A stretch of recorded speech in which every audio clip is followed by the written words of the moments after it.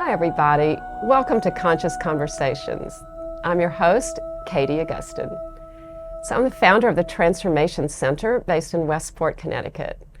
And at the center, in addition to the individual private sessions I do for people with shamanic healing and transformation coaching, we also offer a lot of different classes and workshops. We have a few going on right now. We even have sound baths in the backyard, which is my favorite. We have a labyrinth back there that you can walk when you come to visit. So go on and check out our website. It's transformationcenterct.com. And there's a calendar there, and everything that's going on will be easy to find. And we really welcome beginners also. If you're not really familiar with any of this stuff, I'd love to talk to you and tell you more about it. Okay, cool. So, because what it really is about is helping you be who you are. I mean, that's really the bottom line about what we all do in this work.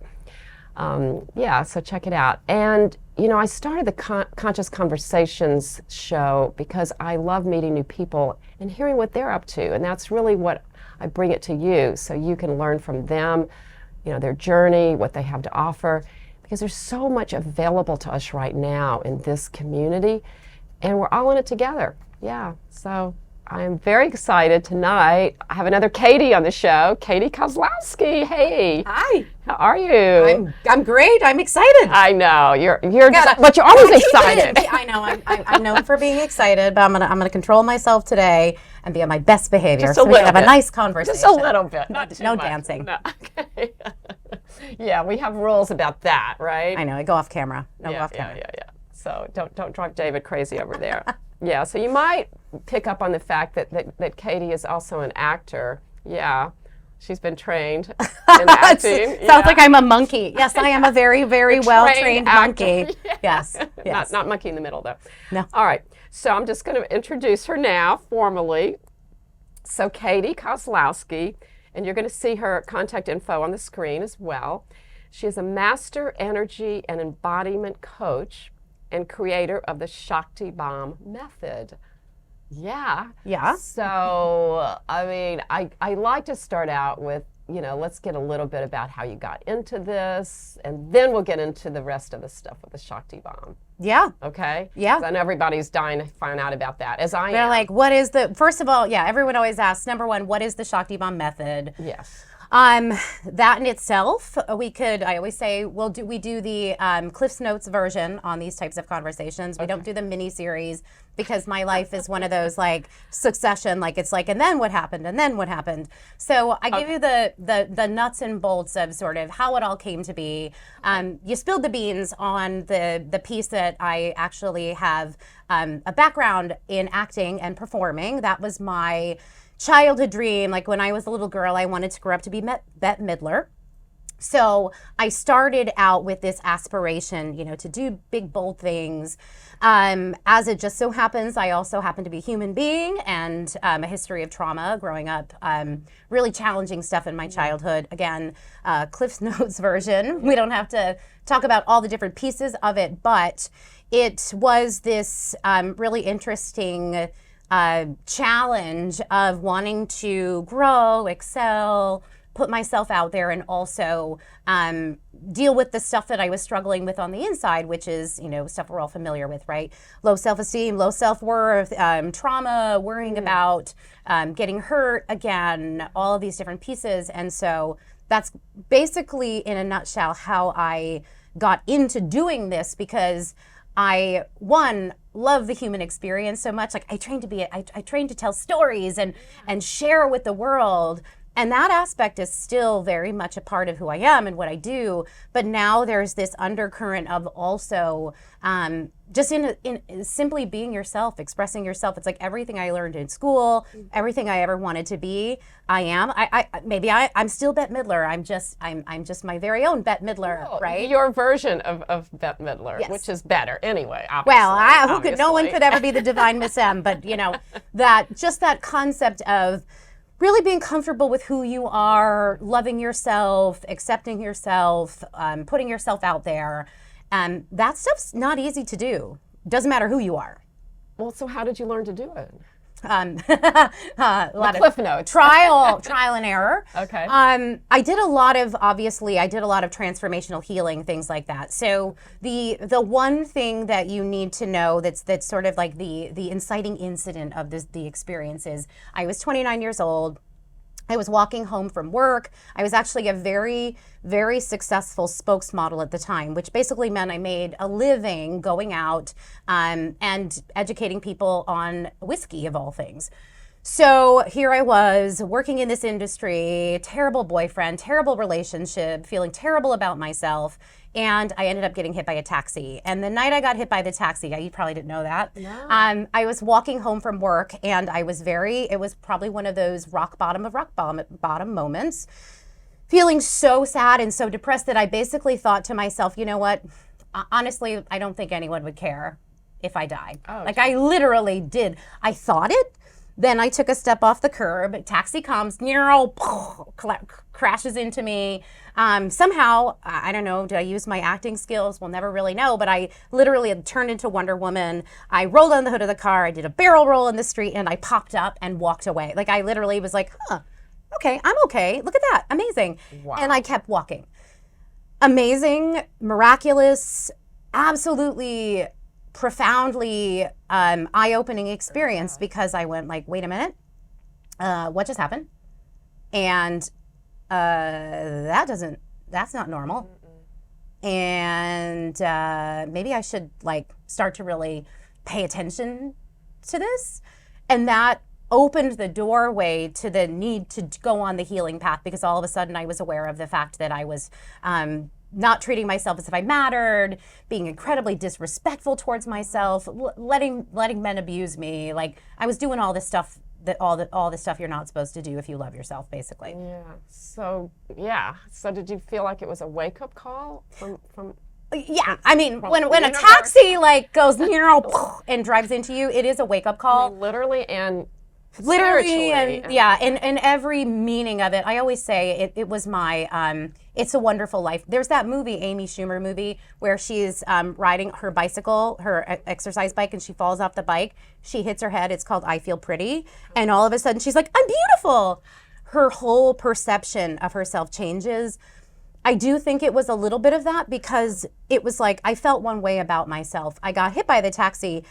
I didn't change overnight, but it was the beginning of the understanding, okay, I really have to do something about this because first of all, I can't live my life like this. Second of all, I don't deserve to live my life like this. Third of all, I aspire to do great things in this world. And how am I going to get there if I'm basically letting people treat me like a doormat? Mm-hmm. You know, like if I'm letting people do that to me, that's not okay. And I have to be the one to make the changes. So, you know, finger point at me, talking to the woman in the mirror, let's go. And so that's been the last literally 15 years of my life was like, okay, so let's roll up our sleeves, figure out what's going on here. Wow, that's amazing. It's cool. Yeah. It is pretty cool, right? Oh, totally. Because, yeah, I mean, for you, it sounds like it needed to happen that way, and I don't know you that well, but just picking up on your vibe and your energy and how who you are, you know, something that dramatic. Well, I was a little stubborn, right? And this is the other thing is that because of this is why I think it's really an interesting experience and also a really important thing to go through because I'm from the lineage of the tough, strong woman who can endure anything. Now, in the miniseries Saga of Life, if I were to chronicle every trauma, every experience as an actress, as a child, I mean, there was bad stuff. There were suicides. There were alcoholics. Mm-hmm. My grandma was in a coma for 5 years. Lots of stuff. My mom got breast cancer at one point. My mother got pregnant when I was 10 years old with a surprise baby brother, which really, really was hard for me to like wrap my mind around. All of these different things, and it just, what was frightening, and why I say frightening, because I had developed such a high level of tolerance for trauma that I was able to withstand a car, okay? Yeah, taxi going 35 miles an hour could plow into me. This is what a tank I am. The car hit me, and I swear the car bounced, not me. I mean, it hit me, but I was that like made of titanium steel Superman, Superwoman, right? I can do anything. Even hitting me with a car doesn't hurt me. Look at me, how strong I am.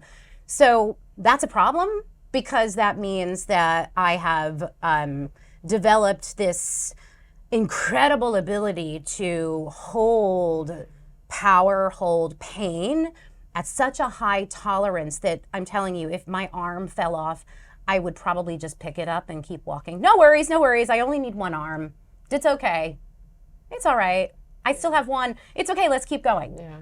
Yeah. Oh, no, I lost my leg too. Well, that's all right. I still have, as long as I've got this leg and this arm, I'll be all right. I'll keep going. Do you know what I mean? It's that the resilience thing, but that's not great. No, it's not great, but I think it also speaks to the power of the mind.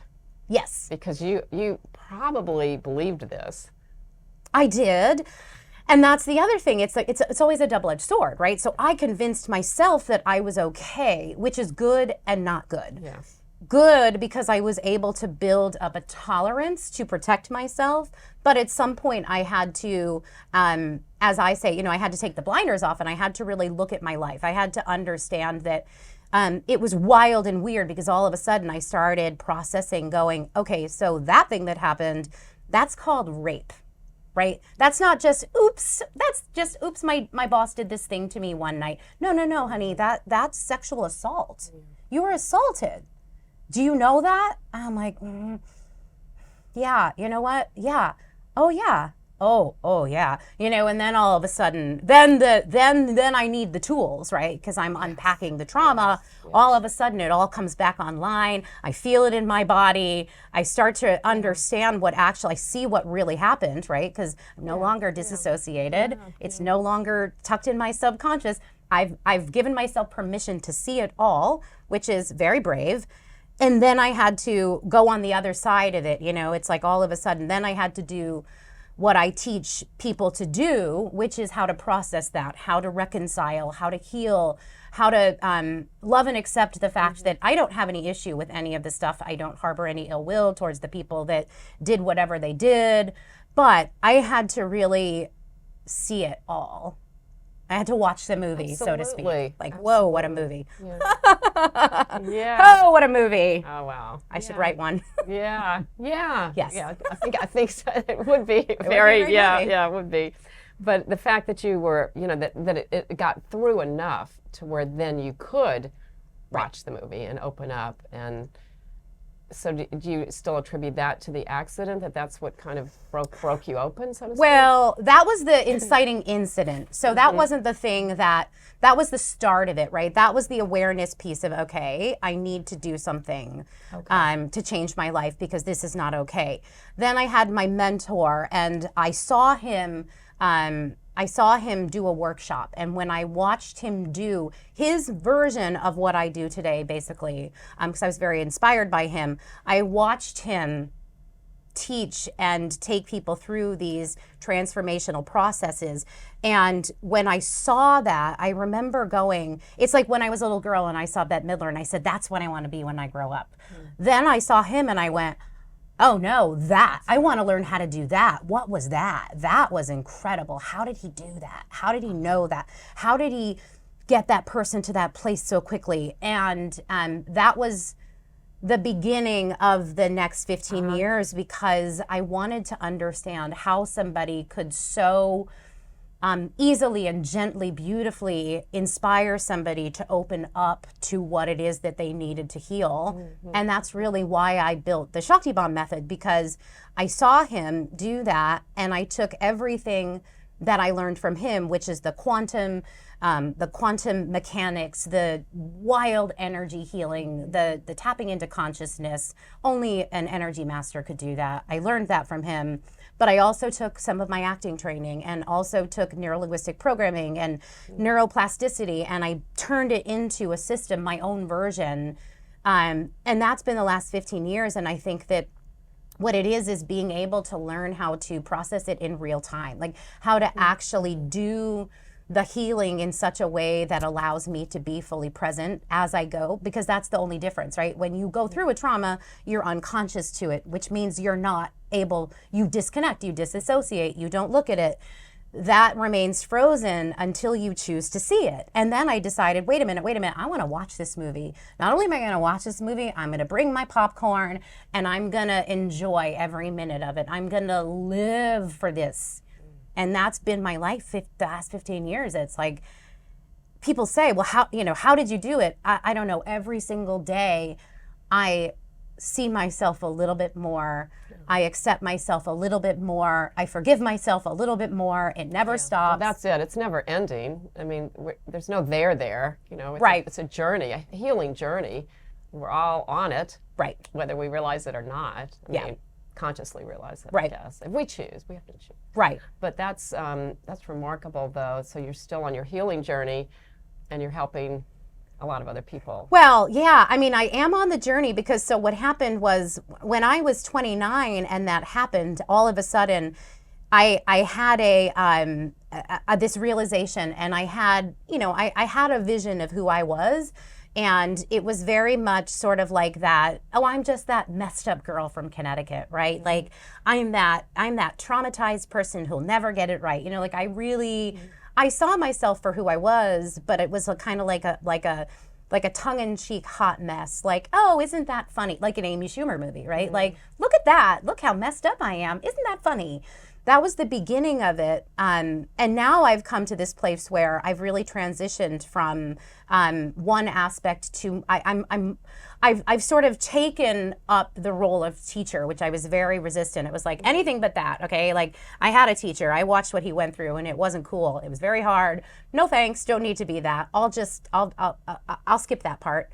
But now it's funny because there's nothing I love more than actually teaching the method, right? Mm-hmm. Teaching people how to get inside. It's just like an acting teacher, really. It's interesting how much it has coincided, because when you learn to be an actor, you learn how to be it's really the same thing, actually. It's kind of funny. Yeah. When you're an actor, that's the goal, right? You need to be so present and comfortable with yourself that you allow yourself to feel whatever you need to feel so that you can play the part, right? Mm-hmm. So that you can become the character, so that it's real. And I got news for you. It ain't any different when you're a person, right? We need to feel our feelings. We need to be okay with what comes through us. We need to accept ourselves for who we are. We need to fully live and inhabit ourselves in our bodies. We need to be integrated. And so the healing now is the next layer of what happens when I start to really, when I start doing what I really came here to do, because at the end of the day, I see now, okay, so acting is wonderful and telling stories is wonderful, but the only thing I love more than that is teaching people the art of creating that process for themselves as humans, not actors. We're not, you don't have to be an actor to want to fully inhabit the character of your life, the leading character, which is you. Yes. So that's where I am now. Yes, that's amazing. But I'm still healing because I'm like, oh, shoot, I still got to deal with rejection. I still got to deal with, fear of people being like, you're a weirdo. I didn't like that.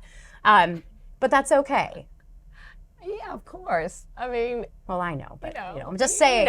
Well, the thing is, Katie, I think we all know that, like intellectually in our head, like, okay, of course I'm not perfect, and I don't need to please everybody.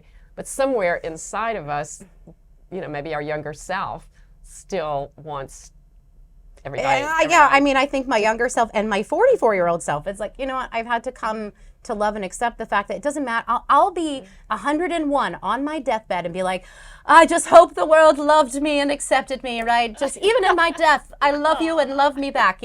I just think that, and I mean that in a silly way, but also from the standpoint that I came here to love and be loved. So pardon me for wanting to love and be loved. Like, I'm a human.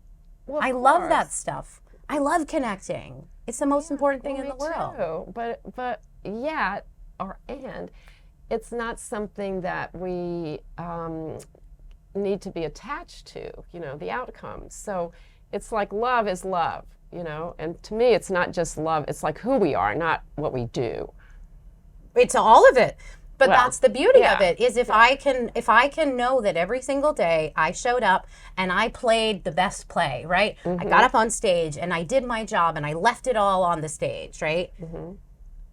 That's the point. But I would be lying if I didn't admit that there will always be a part of me that's peeking out through the curtain, did they like it?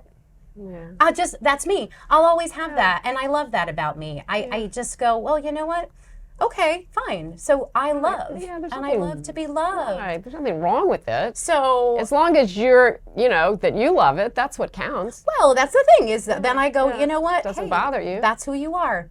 You're that type of person. You love connection, so you will always want it. That means it's okay to know that you are who you are and you love doing things the way you do them. Like, I don't cook with a recipe. Sometimes I make a mess. And you know what? I've had to accept that too. I'm not a tidy person, right? I spill stuff all the time. And I'm like, you know what? I guess I could spend the rest of my life trying to get myself to be more meticulous. Or I could just love the fact that I'm a wild woman in the kitchen, just like I am in the studio. Wild woman. Yeah, so as long as you're happy with it and it doesn't harm other people. I mean, that's no. Well, no one's harmed my just caveat. My boyfriend. Only my boyfriend, where he's like, he's picking up the pieces off the floor, and I go, well, you love me anyway. Well, that's a perfect fit because it's kind of the opposite with me and my husband. He's the more creative, intuitive cook and makes a huge mess, and I'm like there cleaning up, putting everything back in order. So it's a good fit. It's a great fit. It's a great fit, but it's just one of those things, where it's like, at one point I think this is just an example, fear, right? Oh, well, he likes tidy people, so if I'm not tidy, then he might get rid of me someday. And it's like, actually, you know what? That's not actually true, because he never said he doesn't love you for who you are, so it's just that. I just love looking at things from all perspectives and loving and accepting the fact that I'm a human being and I will always have feelings and emotions, trying to stop. And as an actor, it'd be the same thing. We're not blank slates. We become a blank slate. We practice the blank slate so that we can learn the art of expression and what's true and what's not true. So if I understand more, if anybody understands more, this is truth, right? This is my truth. That's my trauma, right? When something is my truth and I don't do it because I'm scared of rejection, right? Like that's when it becomes a problem for me. No, otherwise, I'm good with it. And I'm like, hey, this is me. Yeah, that's a good point. And I like that distinction. And what my first impression of you was that you're probably the most authentic person I've ever met. Yeah. I mean, it's just, it's so obvious to me, I think it is probably to most people, and that's why, people gravitate towards you, because everybody wants to be authentic. Yeah. We just don't know it. Right. Yeah. Well, and that's, one, an incredible compliment, and two, probably the biggest fear of all, I think for me, right? It's that fear of, okay, I know I'm very authentic, and that's terrifying because I have nothing to hide behind. Well, exactly. Unless I make something up. Right. Which I could. Of course, because you have that skill. We all do, right? But if I need a shell, I can make one. So so it's okay. So it works for you. It does. But that's, that's an extrauraordinary reflection, and it moves me. So my mascara doesn't run down my face. An amazing thing to even I don't even know how to respond to that except to say thank you. Yeah, well, you're welcome. But it's happens to be true, and it's like you have. I would say to people, don't try this at home because Katie's done a lot of work to get to this point of, it's radical authenticity. Yes, and for most of us, and I'm including myself in that category, it's still a little bit scary. Oh, it's terrifying. It terrifies me as well. I think it's just I forget to be terrified. So I had one of my friends who was one of my mentors, she said to me once, she said, you get people so excited to be themselves that they're all of a sudden, it's like they're being themselves before they realize what they're doing. Yeah. They jump before they're ready, and that's who you are. And I went, yeah. And you know what? That frightens me too. Yeah, but that's magic. It is magic. It's like perfect because we need that. We all need that. We need you in this world. Well, I'm glad I'm here. Yeah, absolutely. I think we have a few more minutes. Do you want to share a little bit more detail about the Shaktibomb? Is that? Yeah, I will give you a very succinct explanation of it, I think that the conversation we had gives you an idea of what it's like to experience it, because it's experiential. There's three key pieces. There's a movement piece, so there's somatics. There's a meditation piece, which is creating with your mind, so there's a mental aspect to it. And then there is the manifestation piece, which is all about the energy, the soul. So the way it works is we use different pieces at different times to help you create a full transformational experience, which means, number one, I'm going to get you in your body. Okay, I'm going to teach you how to get back in your body so you can feel your feelings, so you can understand how you're inhabiting yourself right off the bat. There's your somatics. And then we're going to start to think about your programming. So we're going to think about, what are you thinking? How are you thinking? Why are you thinking that way? So that you can go through the process of changing the way you think. That's step 2. And then the third step is, okay, you're in your body and your mind is working. They're working together. The last piece is, what are you going to do with this incredible power that you now have access to?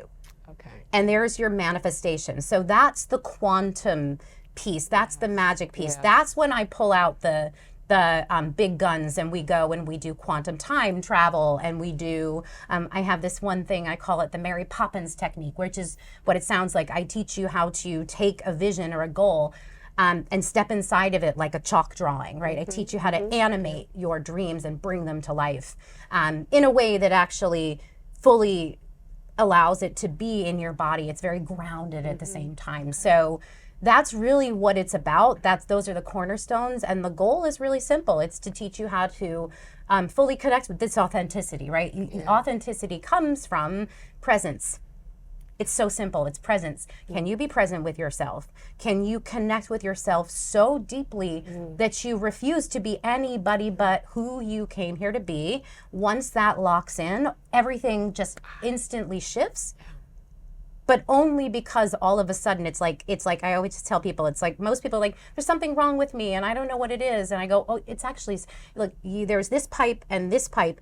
You're trying to put it together this way and you're banging it, but you actually need to turn it around and now try it. And they go, Yeah. it fits. And I go, yeah, you just got to change your perspective. Tweak it. You got to just move the pieces around. Don't be so sure that what you think is what you're supposed to think. Open yourself up. So that's what it's about. Well, that sounds amazing. And so that's like a full day experience? Is that? We can do it a couple different ways. I do intensive, so it's a 2-part experience. So it's a 2-session experience that comes with support in between. And I do this really great intake form that really allows you to get really sharp and clear on what you want to change. The radical like release, ahead of time, so you know what you. Yeah. So the radical release intensives, those are my favorite because it's the fastest way to create transformation. So if you're like, yeah, you know what, that pattern, I really want to get to the bottom of it, and I want to figure out how to one, integrate it, and most importantly, how to move past it, right? I want to move beyond this. I want to go do that thing I want to go do. The Radical Release Intensive is the best thing for that. I have longer term programs. I have, lots of different things. I have a group program called Metamorphosis that I run a couple times a year. That's super fun. That's a 10-week, I call it creative change process taught over the span of 10 weeks. Metamorphosis, creative change process. Oh, wow. So I do it in a couple different ways, but for most people, the Radical Release Intensive is like, that's the chef's kiss. That's perfect. Well, this is a perfect timing to wrap up. We're just about out of time. So I just want to say thank you so much for coming on the show and sharing yourself with everybody. My pleasure. Yeah, it was great. I love it. Thank you. And thank you to the Westport Library for hosting us, Verso Studios. We really appreciate it. We'll see you the next time, everybody. Thanks for being here to watch. Bye-bye. Namaste.